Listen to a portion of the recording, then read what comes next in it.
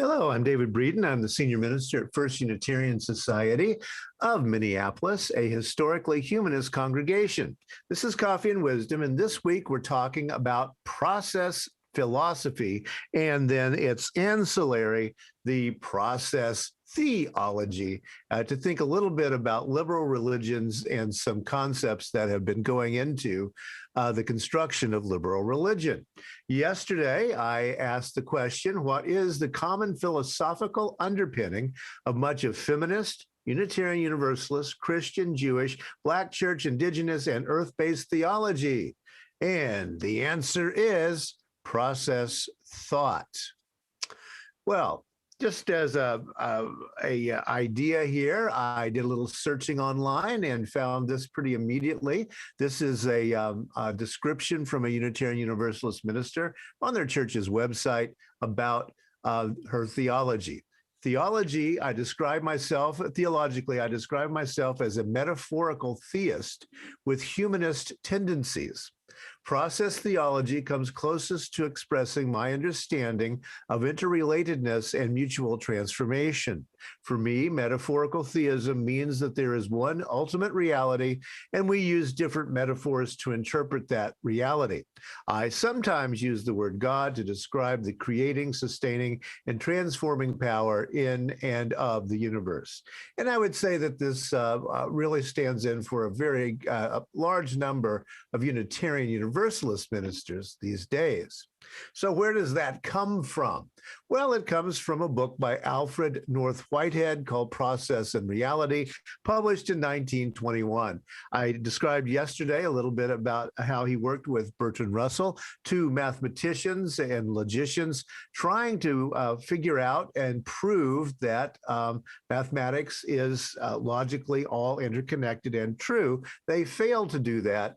Alfred North Whitehead, for his next project, decided to do this. How might we systematically describe not only scientific knowledge, but also ethical, aesthetic, and religious knowledge? Well, so having failed to do math, he goes and decides he's going to define just about everything out there. A kind of a large bit to bite off, probably, but there you go. He said, we think in generalities, but we live in details. We think in generalities, but we live in details. That's one of the contradictions in the human condition. Not ignorance, but ignorance of ignorance is the death of knowledge, said Alfred North Whitehead.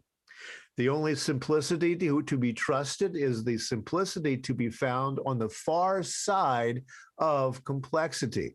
You get the idea here is we've got to go through those ideas of generalities to particulars, find those particulars, which then are simple, and find the larger complexity that is outside of those before we go back to the particulars. It's a particular way of thinking that he's doing. He said this, the misconception which has haunted philosophical literature throughout the centuries is the notion of independent existence. There is no such mode of existence. Every entity is to be understood in terms of the way it is interwoven with the rest of the universe. So let's get over it. It's astonishing how relentlessly Western philosophy has strained to prove we are not squirrels. By the philosopher Crispin Sartwell, you get the idea that often in Western philosophy, we work over and over and over on trying to prove something that cannot be proven. Then we have to go back and dig around a little bit to come up with new ideas, usually based on older ideas. So here's an old idea that Whitehead was going to begin using, and that is from Gottfried Leibniz, a philosopher and mathematician, who said the monad, of which we shall speak here, is nothing but a simple substance which enters into compounds. Simple, that is to say, without parts. That which is individual, that was named by Democritus way back in ancient Greek days as atoms. So Gottfried Leibniz publishes in 1714 Monadology, his book on monads.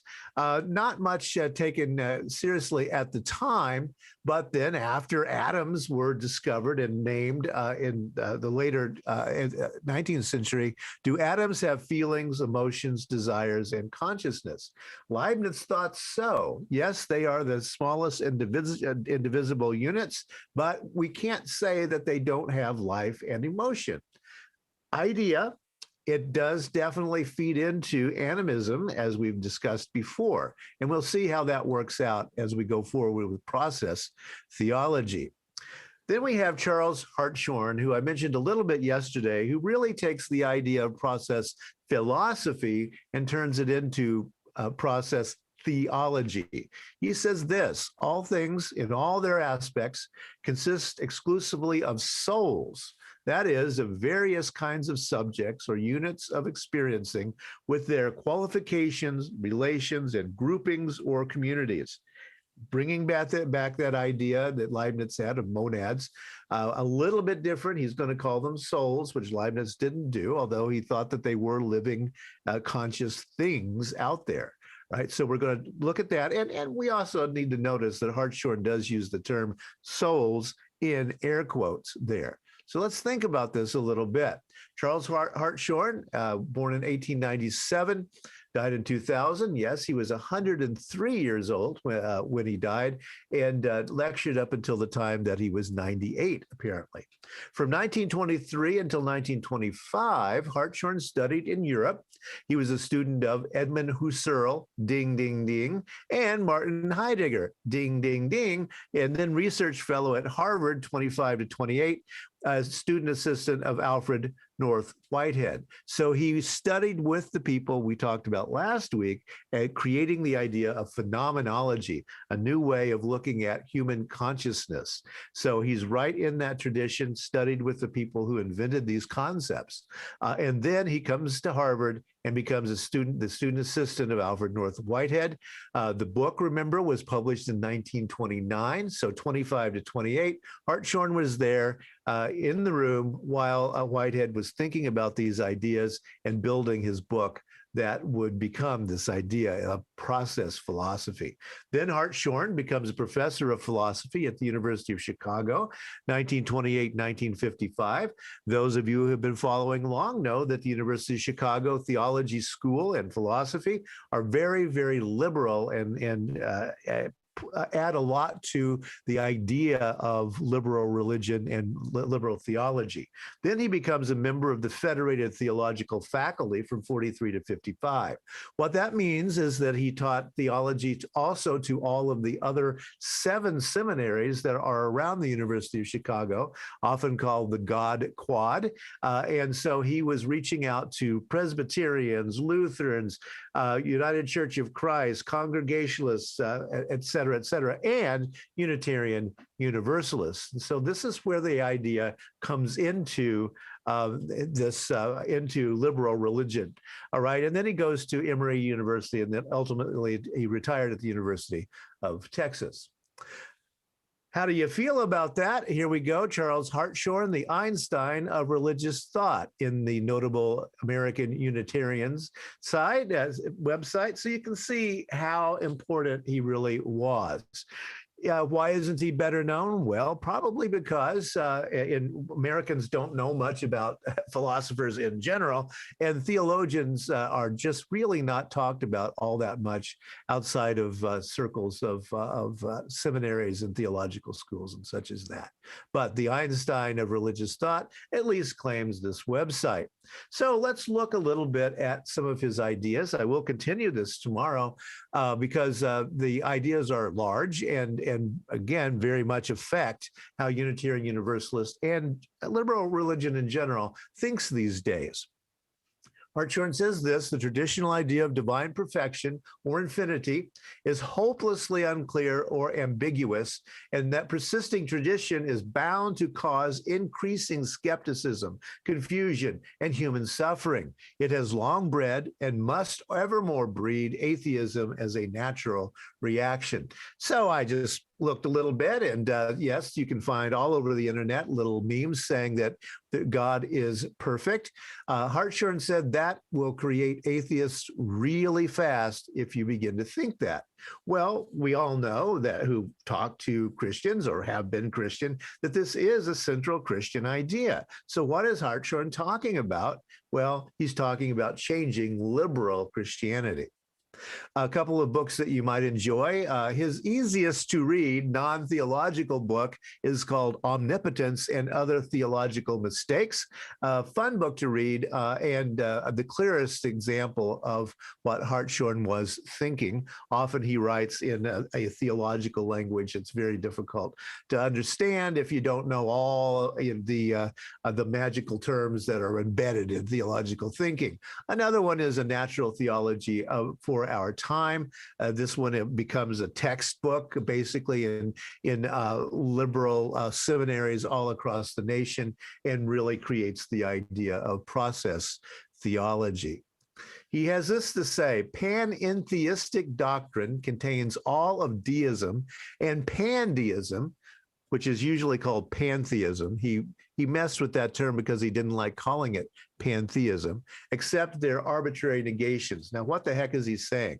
Well, pantheism, panentheism, it has this en in front of the theism, and it means that the universe subsists within God, usually in quotes, but God also transcends or has some existence separate from the universe. So there is pantheism, which he calls pandeism, which means that the universe is God. This is a very old idea, goes all the way back to the animists. As a matter of fact, he's going to add a little bit of a twist in that panentheism, God does indeed encompass the entire universe, but the parts make up of more than the whole makes up more than just the parts. Something comes out of all of those parts added together that is more than just a combination of the parts. That's the claim of panentheism. This does go back to Spinoza. Whatsoever is in God, and without God, nothing can be or be conceived. Spinoza, of course, was called an atheist in his own day. Nowadays, we would call him a pantheist, not a panentheist, because Spinoza thought that God was the observable, scientifically proven laws of the universe. So they're the idea, very old in Western philosophy, not so old in Western theology, but it's crossing over in the early 20th century. One of the interesting things about Hartshorne is that he had a long, long career there, 103 years old. He said, I think my great book is Born to Sing, an interpretation and world survey of birdsong. He became an avid birder in his retirement. And it kind of shows where he's coming from, that we're going to take these tiny things, these tiny, beautiful things, and look really closely at them, going back again to his Professor Whitehead's idea that we've got to look at those particulars to find the larger general idea. We'll talk a little bit more about Hartshorne tomorrow. He did have a proof of God that is still debatable today. You may know that Immanuel Kant, way back in the 1700s, says don't even try anymore to logically prove the existence of God, but indeed Hartshorne tried it one more time. Thanks a lot for listening today on Wednesday evening, 7 p.m. Central Standard Time. Join in Bibles and Beer. This week, Jacob and the Boys. We're going to be looking at one of the great patriarchs in the Hebrew Scripture. This month, our theme is commitment. That's what we're going to be talking about in our various assemblies this week, the concept of commitment, what we commit to, and how we do that. Thanks a lot, and I'll be back tomorrow.